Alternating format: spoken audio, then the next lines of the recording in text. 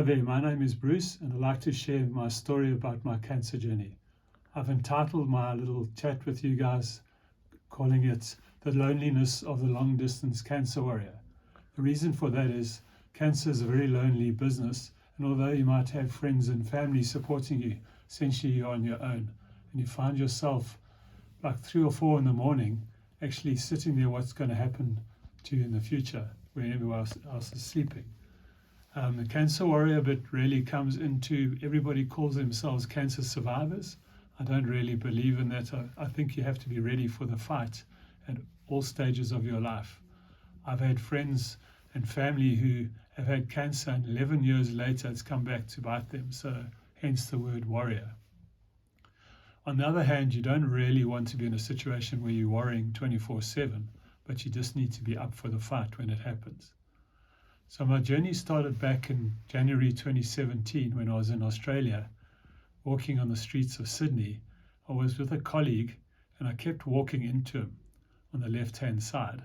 And he was worried, why are you walking into, there's a big road? And I said to him, no, it's the camber of the road. It can't be anything else. Then I got home from there, had a bit of a sore back, went to the chiro, there was nothing wrong. And then a couple of weeks later, my wife noticed that I was limping a little bit and stumbling around on my left-hand side.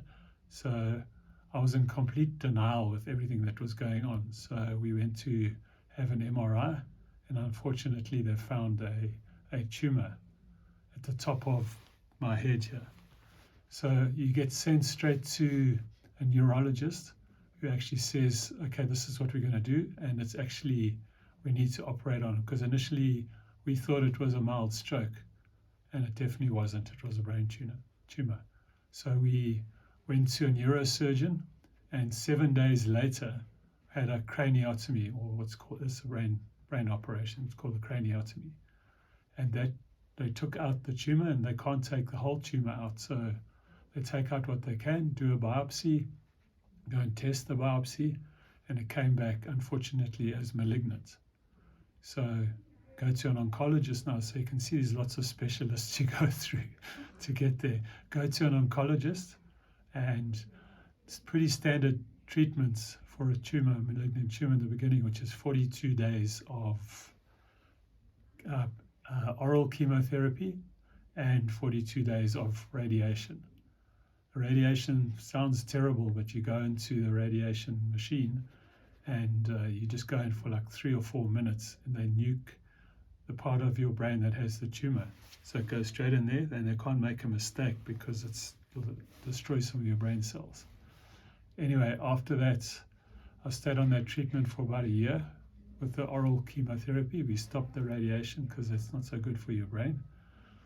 And about a year later, so in January 2019, I actually went back for my next scan, and this thing had grown back exactly the same place as it was before.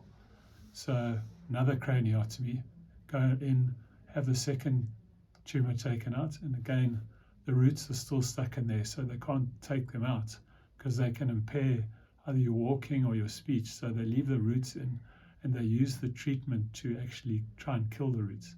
This time around it was more about chemotherapy than radiation. So I went on chemotherapy and also immunotherapy, which is essentially something that helps your body heal itself. And I'm still on that to this day. And luckily enough, my last 5 scans have been dormant. So I just would like to talk a little bit about some of my learnings that I've had during this journey. The first one is find things that make you happy. Some things that make me happy are music, funny enough, dark chocolate. I like going to the movies. I like traveling overseas. I like laughing. And you find these things because when you're going in a bit of you're a bit in the downs and you're really not coping with things. If my favorite is to go and turn on some loud music and it makes me feel good, it puts me in a happy place. The second one would be practice vulnerability. Now, everybody doesn't really understand what that means, but you must put yourself out there and be transparent. If you do that, people get attracted to you and actually can try and help you. And there's a very true saying around vulnerability, which goes like this: The day I was diagnosed with cancer was the day my friends and family were diagnosed with helplessness, which really says if people want to help you, allow them to help you because they want to help you for a good reason. Then the third big learning for me is the power of a rehab center. So the rehab side of things, which a lot of people ignore, is more about how do you actually work with people that you can trust, put your faith in, your confidence in, and they will reciprocate by taking a personal interest in you and helping you on your recovery.